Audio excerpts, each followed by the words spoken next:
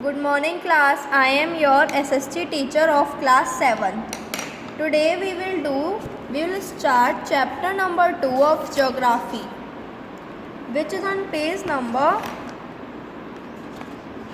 14. Open page 14. Chapter number 2 is internal structure of the earth. In this video we will do the reading of this chapter. So let's start the reading. The earth, our homeland, is a dynamic planet. It is constantly undergoing changes inside and outside. Have you ever wondered what lies in the interior of the earth? What is the earth made up of? So the shape and size of the earth. The earth is slightly bulging at the equator and flattened at the poles. The polar diameter is about 43 kilometers shorter than the equatorial diameter. For all practical purposes, we assume the earth to be a sphere. Technically, it is called a spheroid. Around 230 BC, Eratosthenes, a Greek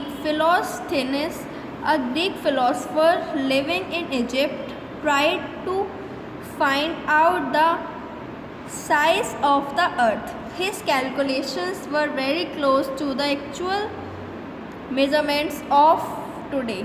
The equatorial circumference as calculated by him was about 40,000 kilometers, while the actual equatorial circumference is about 40,075 kilometers. Now, crust, interior of the earth crust. The shape of the earth is like an onion. By analyzing the seismogram recorded from many earthquakes, scientists have discovered that three main layers of or shells exist within the earth. Isaac Newton was one of the first scientists to theorize about the structure of the earth. Since then, many scientists presented theories on the structure of the earth. The part of the earth we live on is a very thin layer relative to the inner earth. The interior of the earth can be divided into three major layers based on chemical composition and characteristics. They are the crust, mantle and core. Now, what is crust? The uppermost layer of the earth's surface called the crust. The continental crust is composed of a layer called soil. Soil matlab it is made up of silica and aluminium. The oceanic crust is composed of basaltic layer called sigma, which is made up of silica and magnesium. Crust is thicker on the continent and thinner on the ocean floors. The soil layer is floating on the sigma layer.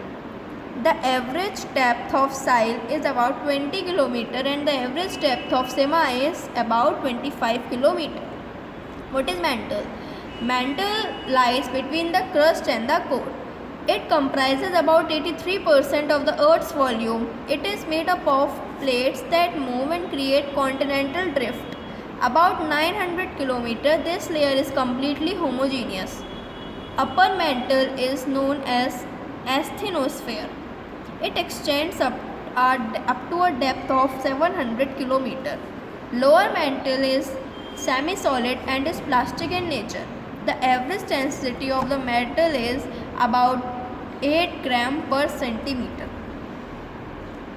Core. The innermost layer of the earth is called the core. It is otherwise known as NIFE because of the presence of nickel and ferrous. What is the meaning of ferrous? Ferrous means iron. This layer produces Earth's magnetic field. There are two main divisions, outer core and inner core. The particles present here resemble like liquid. It may be in a solid state due to excessive pressure of the surrounding layers. Rocks and minerals. The materials underlying the land surface comprise soil and firm and solid materials called rocks. Some rocks contain compounds of metals of commercial value. They are referred to as ores. Rocks are a mixture of various minerals, silica and feldspar make up bulk of the rocks. Agents of weathering change rocks into soil which supports both plant and animal life. Rocks are broadly classified as ligneous, sedimentary and metamorphic. Igneous rocks. The word igneous comes from the Latin word ignis, which means fire. Rocks are formed by the cooling of the molten magma inside the earth or on the surface of the earth. It takes thousands of years for large masses of molten magma to cool down and become rocks. When the magma reaches the surface of the earth, it is called lava.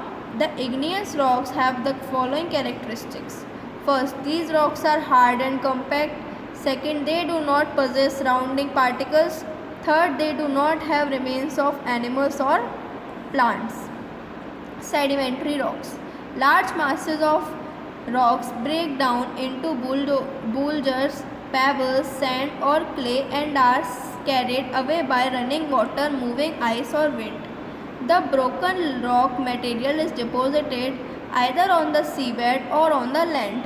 The deposits are mostly in the form of layers. The lower layers of the sediments are compressed by the upper layers and get hardened. The rocks thus formed are called sedimentary rocks. The sedimentary rocks have the following characteristics. First, these rocks are made up of particles of various sizes. Second, they have horizontal layers one over the other. Third, as they are mostly formed underwater, these rocks have mud cracks and marks of waves. Fourth, these rocks also contain remains of animals and plants between the layers of sediments. Now, metamorphic rock. These are actually igneous or sedimentary rocks which have been changed due to excessive heat and pressure inside the earth. Small crystals combine together and form large crystals. Various minerals combine to form new minerals. The rocks thus transformed are called metamorphic rocks. The act of metamorphosis takes hundreds of years. The main examples are marble, slate, gneiss and quartzite. These rocks are very hard and gems can be found in these rocks in due to course of time. First, limestone has changed into marble. Second, this is slate, okay? This spelling is wrong. Has changed into slate, shale has change into slate. Shale भी क्या है, एक rock है. Shale सही है. Shale has change into slate, वो किस में बदल गई है, स्लेट में. Third, granite has change into gneiss. Fourth, sandstone has changed into quartzite. Minerals are those substances which occur naturally in the rocks. Each mineral usually contains 2 or 3 simple substances called elements. First, minerals have definite chemical composition. Second, some minerals provide us metals and chemicals. A rock in which a particular mineral is found in large percentage is called the ore of that mineral. Mining is mostly done in those areas where ores occur. Rock cycle. What is now rock cycle? Rocks in the earth's crust undergo changes over a period of time. The first to be formed were the igneous rocks. Later these disintegrated into sediments. The sediments deposited underwater bodies formed sedimentary rocks. Later these disintegrated into sediments. These sediments deposits underwater bodies and formed sedimentary rocks. Later these changed into metamorphic rocks. When metamorphic rocks get buried deep inside earth, they melt to form magma. Rock distribution in India. Rajasthan, Madhya Pradesh, Chota Nagpur Plateau, Karnataka, Tamil Nadu, Andhra Pradesh, etc. are the regions where huge amount of granite is found in India. Limestone occurs widely in peninsular India. Coal mines occurs in basins of river Godavari, Mahanadi, Damodar. Marble found in Rajasthan, the Indo-Gangetic plains. We know that three natural components of environment are land, water and air. Life exists only where all these three nature components exist in right combination. These components depend on each other. So it is our duty to preserve the three from being polluted. This is the reading of the chapter. In the next video, we will do the explanation of this chapter. Thank you class and have a nice day. Goodbye.